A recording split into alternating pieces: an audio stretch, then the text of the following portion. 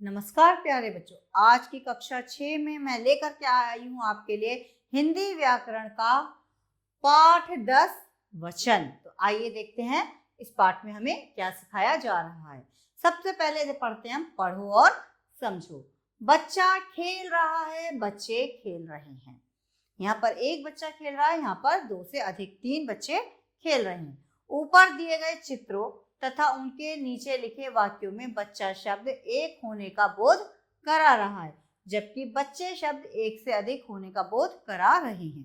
शब्द के जिस रूप से उसकी संख्या का बोध हो उसे हम वचन कहते हैं। शब्द के जिस रूप से उसकी संख्या का बोध हो अर्थात उसके एक या उससे अधिक होने का बोध होता है, उसे हम क्या कहते हैं? वचन। तो सबसे पहले देखते हैं यहाँ पर क्या है कि वचन के बेटा 2 भेद होते हैं, एक वचन और बहुवचन। तो पहला देखते हैं हम एक वचन। लड़की कहानी पढ़ रही है, बच्चा केला खा रहा है। उपयुक्त वाक्यों में लड़की, बच्चा, केला, कहानी, केला एक वस्तु, व्यक्ति आदि का बोध करा रहे हैं, अर्थात एक ही वस्तु का, एक ही व्यक्ति का बोध करा रही हैं। जैसे शब्द के जिस रूप से उसके एक होने का पता चलता है उसे हम क्या कहते हैं? एक वचन। उसे क्या कहते हैं? एक वचन। अब देखते हैं दूसरा बहुवचन। जैसा अभी मैंने आपको बताया कि वचन के 2 भेद होते हैं, एक वचन और बहुवचन। तो अब दूसरा है हमारा बहुवचन।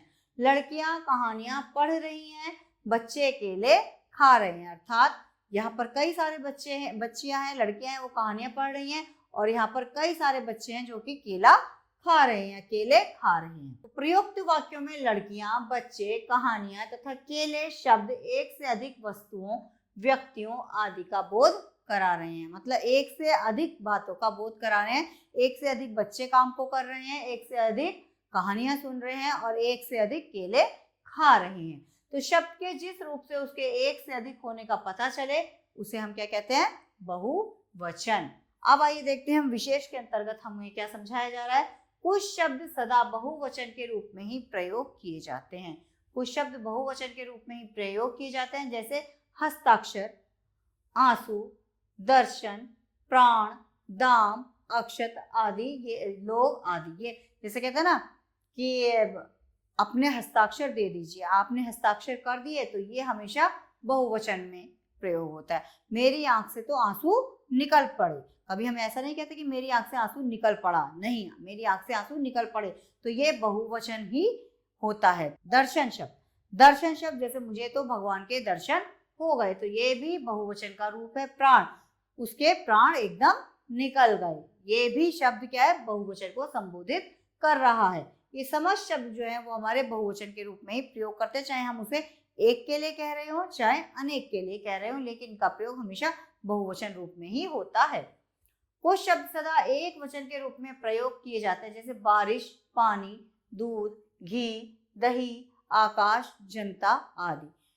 ठीक है, ये सारे शब्द जो है वो हमेशा, चाहे वो एक के लिए हो या अनेक के लिए हो, हमेशा एक वचन में ही प्रयोग होता है।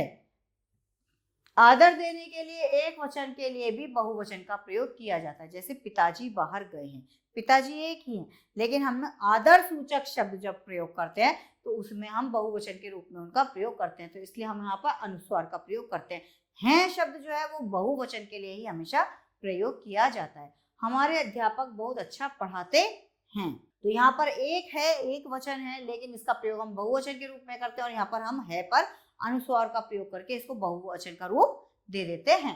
अब वचन की पहचान। वचन की पहचान 2 प्रकार से होती है, संज्ञा या सर्वनाम शब्दों के रूप में और क्रिया के रूप में। 2 प्रकार से होती है, संज्ञा सर्वनाम के रूप में और क्रिया के रूप द्वारा। पहले देखते हैं वचन परिवर्तन। एक वचन को बहुवचन में बदलना तथा बहुवचन को एक वचन में बदलना वचन परिवर्तन कहलाता है। जैसे वचन परिवर्तन के कुछ प्रमुख नियम हैं। अ के स्थान पर ए लगाकर, जैसे पुस्तक, ए से मतलब होता है हमारा, यहाँ पर जब मात्रा होती है तो हम इस खाली अनुस्वार का प्रयोग करते हैं, और अगर मात्रा नहीं होती तो हम चंद्र बिंदी अर्थात अनुनासिक का प्रयोग करते हैं। जब अक्षर के ऊपर जो शिरोरेखा होती है उसके ऊपर जब मात्रा होती है तो हम अनुस्वार का प्रयोग करते हैं। पुस्तक, पुस्तकें, बहन, बहनें, आंख, आंखें। ठीक है, ये इधर के साइड के मैं आपको पढ़ करके बताऊंगी, इधर के आप स्वयं पढ़ेंगे जिससे कि आपको आसानी से समझ में आ जाए। अब आ के साथ ई का प्रयोग, माला, मालाएं। अब देखिए शिरोरेखा के ऊपर कोई मात्रा नहीं है तो यहाँ पर हमने अनुनासिक का प्रयोग किया है। माता, माताएं, महिला, महिलाएं। आ के स्थान पर ए का एक जो है लगाकर, पत्ता, पत्ते, यहाँ ए से एड़ी है तो पत्ता, पत्ते, तो ना यहाँ अनुस्वार का प्रयोग होगा और ना ही यहाँ पे अनुनासिक का प्रयोग होगा। छाता, छाते, रुपया, रुपये। क्लियर। इसके बाद देखते हैं बच्चों ई, और ई के स्थान पर इया लगाकर, जैसे लड़की, लड़कियां, चींटी, चींटियां, पत्ती, पत्तियां, मिठाई, मिठाइयां। या के स्थान पर या पर चंद्र बिंदु लगाकर, या के जो या शब्द है के या पर बिंदु, कौन सा बिंदु लगेगा हमारा, चंद्र बिंदु लगाकर। जैसे गुड़िया, गुड़िया, कभी गुड़ियाएं नहीं होता, गुड़िया, डिबिया, डिबिया, बुढ़िया, बुढ़िया, बुढ़ियाएं, गुड़ियाएं, डिबियाएं, इन शब्दों का प्रयोग गलत होता है। उ तथा औ के साथ ए लगाकर, जैसे ऋतु, ऋतुएं, गौ, गौएं, धातु, धातुएं। तो इसी प्रकार से थोड़े थोड़े परिवर्तन द्वारा ही शब्दों में बहुत ज्यादा परिवर्तन आ जाता है। आगे बढ़ते हैं बच्चों। कुछ शब्दों के बहुवचन शब्दों के अंत में वृंद, गण, जन, लोग, वर्ग शब्द जोड़कर बनाए जाते हैं। जैसे पक्षी वृंद, अध्यापक गण, पाठक वर्ग, मजदूर वर्ग, गुरुजन। वृंद, गण, जन, लोग, वर्ग, इन शब्दों के द्वारा ही कुछ शब्दों को हम क्या करते हैं, उनके वचन में परिवर्तन कर देते हैं। जैसे पक्षी वृंद। अब हम कई बार कहते भी हैं कि आकाश में पक्षी उड़ रहे हैं, उड़ रहे हैं आ जाता है, वहां पर बहुवचन में प्रयोग हो जाता है। लेकिन जब हमें कहते हैं ना कि पेड़ पर पक्षी वृंद है, अर्थात अनेक पक्षी बैठे हैं, हमारे अध्यापक हमें बहुत अच्छा पढ़ाते हैं, बहुवचन में आ गया। लेकिन हम कहते हैं ना समस्त अध्यापक गण, पाठक वर्ग, समस्त पाठक वर्ग, मजदूर वर्ग, गुरुजन, इन शब्दों का प्रयोग हमेशा हम बहुवचन में करते हैं। आओ दोहराएं। वचन का अर्थ होता है संख्या। संज्ञा सर्वनाम अथवा क्रिया शब्द के जिस रूप से उसकी संख्या का पता चले उसे वचन कहते हैं। वचन के दो भेद होते हैं, एक वचन तथा बहुवचन। हस्ताक्षर, आंसू, दर्शन, प्राण, दाम, लोग आदि शब्द हमेशा बहुवचन में प्रयोग होते हैं।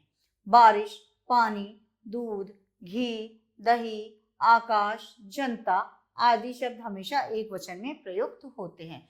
द्रव्यवाचक संज्ञा तथा भाववाचक संज्ञा का प्रयोग हमेशा एक वचन में ही होता है। आदर सूचक शब्द बहुवचन में प्रयोग किए जाते हैं। आइए देखते हैं हमने इस पाठ में क्या सीखा। वचन किसे कहते हैं? जिन संज्ञा शब्दों से एक या उससे अधिक होने का बोध होता है उसे हम वचन कहते हैं। उदाहरण सहित वचन जो होते हैं जैसे लड़का, लड़के, लड़की, लड़कियां, ये हमारा एक वचन और बहुवचन के उदाहरण। वचन के भेदों को उदाहरण से लिखो। वचन के दो भेद होते हैं, एक वचन और बहुवचन। एक वचन के अंतर्गत आता है आपका गाय, तो बहुवचन में आएगा गायें। एक वचन में हमारा आता है बेटी, बहुवचन में आ गया बेटियां। तो ये हमारे वचन के भेद तथा उसके उदाहरण हैं। वचन की पहचान कितने प्रकार से होती है? प्रत्येक के दो दो उदाहरण दीजिए। ये वाला प्रश्न आप बच्चों स्वयं करेंगे, पुस्तक से ध्यान पूर्वक देखकर हर जो प्रकार है हर प्रकार के दो दो उदाहरण आपको स्वयं देने होंगे। आइए बच्चों हम देखते हैं हमें यहाँ पर किस प्रकार से लिखना है। निम्नलिखित शब्दों के बहुवचन लिखिए। तो ध्यान से देखते हैं हमें कैसे शब्दों को इनको बना करके लिखना है। देखिए पहला शब्द है आपका धातु। यहाँ पर कुछ शब्द दिए गए हैं जिनमें से कुछ शब्द मैं खुद लिखूंगी और कुछ शब्द आपको लिखने होंगे। तो इस पंक्ति के शब्द मैं लिखती हूँ और इस पंक्ति के शब्द आप स्वयं लिखने का प्रयास करेंगे। तो ध्यान से देखते हैं धातु। तो धातु शब्द हमारा कैसे बनेगा? धातु, धातुएं। दूसरा शब्द है हमारा चींटी। तो हम लिखेंगे यहाँ पर चींटियां। तीसरा है हमारे यहाँ पे रात,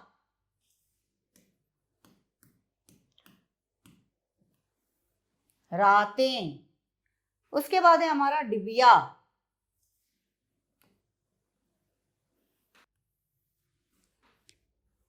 तो ये हमारे हुए शब्द कुछ जो हमें एक वचन से बहुवचन में लिखने आनी चाहिए। इधर के शब्दों को आप स्वयं करने का अभ्यास कीजिएगा। आप देखते हैं नीचे दिए गए वाक्यों को बहुवचन में बदलो। वाक्यों को हमें बहुवचन में बदलना है। इसमें हमारे संज्ञा या सर्वनाम भी बदलेंगे और साथ में हमारा क्रिया भी बदलेगी। लड़की नृत्य कर रही है, अब हमें इसमें क्या करना है, बहुवचन में बदलना है। तो यहाँ पर आएगा लड़कियां नृत्य कर रही हैं। नौकर बच्चों को खिला रहा है, नौकर बच्चों को खिला रहे हैं।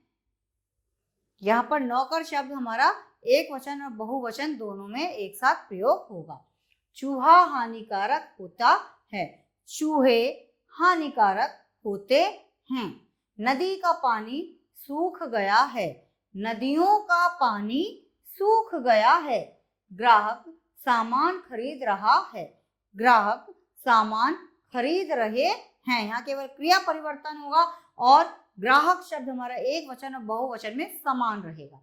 वह वृक्ष पर चढ़ गया, वे वृक्ष पर चढ़ गए। तो यहाँ हमारा सर्वनाम भी चेंज हो गया, परिवर्तित हो गया और क्रिया भी हमारी परिवर्तित हो गई। अब देखते हैं कोष्ठक में दिए गए शब्दों के सही वचन रूप रिक्त स्थानों में लिखो। यहाँ पर मैं कुछ शब्द दिए गए हैं तो मैं इनको यहाँ लिखूंगी नहीं, केवल मुख द्वारा उसका उच्चारण करूंगी और आपको सभी को ध्यानपूर्वक उन्हें सुनना है। मैंने कभी 4 वाली बग्गी नहीं देखी, तो यहाँ क्या लिखा है, घोड़े। तो यहाँ पर क्या आएगा, मैंने कभी 4 घोड़ों वाली बग्गी नहीं देखी।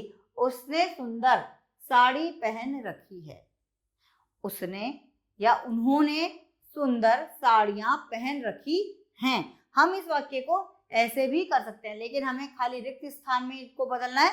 तो यहाँ पर उसने सुंदर साड़ी पहन रखी है कि सिंपल यही आएगा। लेकिन अगर हम पूरा वाक्य चेंज करते हैं, पूरा परिवर्तन करते हैं, तो हम यहाँ पर लिख सकते हैं उन्होंने सुंदर साड़ियां पहन रखी हैं। इसके बाद आता है माली में पानी डाल रहा है, माली पौधों में पानी डाल रहा है। पौधों यानी माली पौधे में पानी, या पौधों शब्द दिया है तो यहाँ आ जाएगा माली पौधे में पानी डाल रहा है। आम की कतारें खेत के चारों ओर हैं, आम के वृक्षों की कतारें चारों खेत के चारों ओर हैं। आकाश में चिड़िया उड़ रही है। अब यहाँ पर हैं शब्द है तो हम यहाँ लिखेंगे चिड़िया, या के ऊपर हमारा अनुनासिक अर्थात चंद्रबिंदी लगेगी।